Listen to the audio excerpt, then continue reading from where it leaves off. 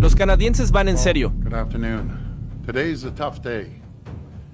It's a tough day for Ontario and for Canada, just as much as it's a tough day for the United States. Because, well, there's no question President Trump's tariffs on Canada will hurt us. They will also hurt Americans. U.S. markets are on the decline. In fact, the S&P 500 has already wiped out over $3 trillion in value. Factory floors and assembly lines across the American Rust Belt will start to close. American workers will be out of a job. American families will be poorer. This is not the outcome anyone wanted. Over the past few months, we've taken a strong, united Team Canada approach. The federal government, provinces and territories, municipalities, unions, business leaders who have all made the case. We're so much stronger together. I've spoken to governors, senators, congressmen and women from every region, both Democrats and Republicans. They know, they tell me, these tariffs are a massive mistake. We could have stayed focused. We could have poured our effort into making Canada, the U.S., the two richest, most successful, safest, most secure two countries on the planet.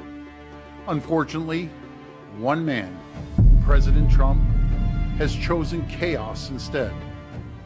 Now, we have no choice. We have to respond. Earlier this morning, Prime Minister Trudeau and his team announced retaliatory tariffs. They have my full support for a strong and forceful response. Tariff for tariff, dollar for dollar. As they do, the federal government needs to ensure it's getting revenues from its tariffs to impacted workers and businesses as soon as possible. To support the federal government's efforts, Ontario will also launch its first round of retaliation.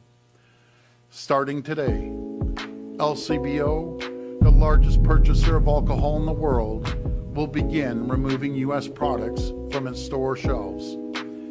And as the exclusive wholesaler, American brands will no longer be available in LCBO catalog, meaning other retailers, bars, and restaurants in the province will no longer be able to restock U.S. products. This is an enormous hit to the American producers.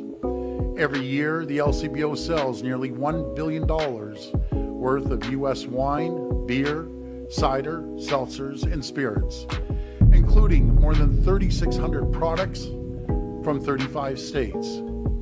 As of today, every single one of these products is off the shelves. Also, starting today, all U.S.-based companies will be banned from taking part in government procurement. Every year, the province and its agencies spend about $30 billion on procurement, alongside our more than $200 billion plan to build infrastructure. U.S.-based businesses will now lose out on tens of billions of dollars in revenues.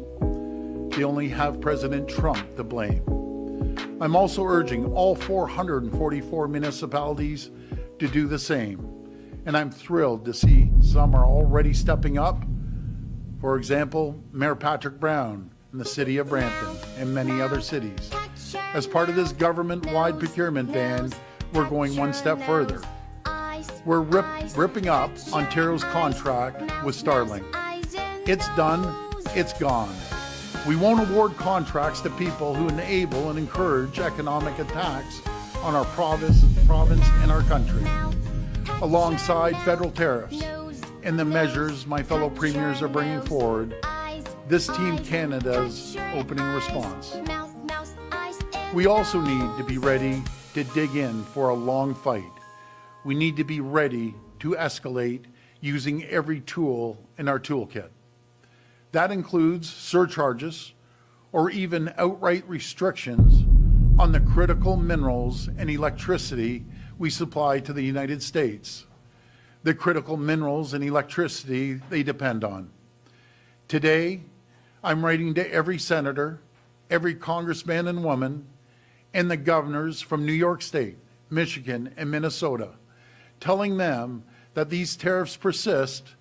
If the Trump administration falls through on any more tariffs, we will immediately apply a 25% surcharge on the electricity we export.